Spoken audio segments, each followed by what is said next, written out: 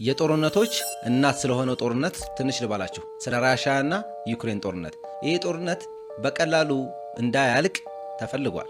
ምክንያቱም ሀያላን ሀገሮች ክንዳቸውን የሚለካኩበት፣ አቅማቸውን የሚያሳዩበት፣ መሳሪያቸውን የሚያመርቱትን አድቫንስድ የሆነ መሳሪያ የሚታያዩበት፣ የሚፈትሹበት ቦታ አድርገዋታል። ዩክሬንም እየደገፉኝ ነው በማለት እስካሁን እየተሸወረች ትገኛለች፣ እየደቀቀች ትገኛለች። ራሻ ጦርነቱን በቀላሉ እንዳትጨርስ ምዕራባውያን ከራሻ ጋር አብረው የሚስተካከሉ ናቸው። በቴክኖሎጂ፣ በኢኮኖሚ፣ በብዙ ነገር ከዩክሬን ጋር አብረዋል። ስለዚህ ሁለት ዌስተርንና ኢስተርኑ ክንዳቸውን የሚለካኩበት፣ ኢኮኖሚውን የሚዘውሩበት ዓለም ላይ ያለ በተለይ ሚድል ኢስቱ ላይም በአጠቃላይ ዓለማችን ላይ የሚፈጠሩ ጦርነቶች እንዳይቆሙ፣ ጦርነቶች እንዲነሱ የሚያደርገው የጦርነቶቹ እናት የራሻና የዩክሬን ጦር።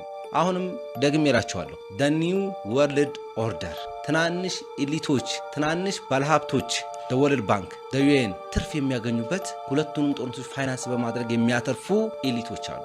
በእነዛ ምክንያት ጦርነቶች አይቆሙም። ዓለምን ዊክ ማድረግ፣ ድሃዎችን አንሴቭ እንዲሆኑ በማድረግ እነሱ ሴቭ የሆነ የተመቻቸ ኑሮ ይኖራሉ። ኦፍኮርስ ጦርነት ጥቅም የለውም። ለማን? ለኦርዲነሪ ህዝብ፣ ለእኛ፣ ለእነሱስ ጥቅም አለው።